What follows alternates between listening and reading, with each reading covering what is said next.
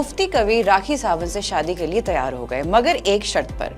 वो शर्त क्या है, आइए आपको बताते हैं।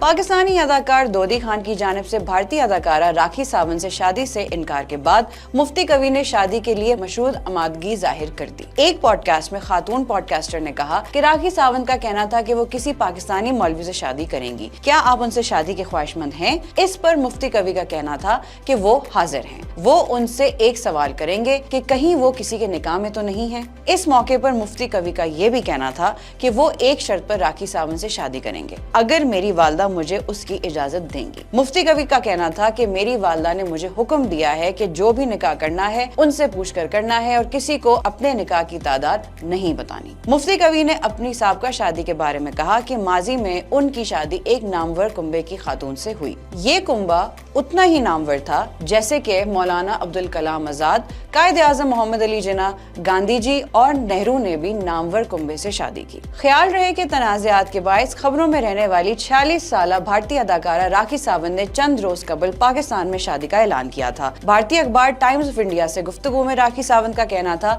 कि पाकिस्तान दौरे के दौरान मुझे शादी के कई प्रपोजल्स मिले। राखी सावंत का कहना था कि उन्होंने जिस शख्स को पसंद किया है उनका नाम दाऊदी खान है, जो कि अदाकार हैं। पाकिस्तान से बहुत रिश्ते आए और उन्होंने खुद मुझे प्रपोज किया, लेकिन मैंने दाऊदी खान को मुंतखब किया। बाद-ए-ज़ां पाकिस्तानी अदाकार दाऊदी खान ने राखी सावंत से शादी करने से इनकार कर दिया है। मजीद अपडेट्स के लिए देखते रहिए vnews.pk।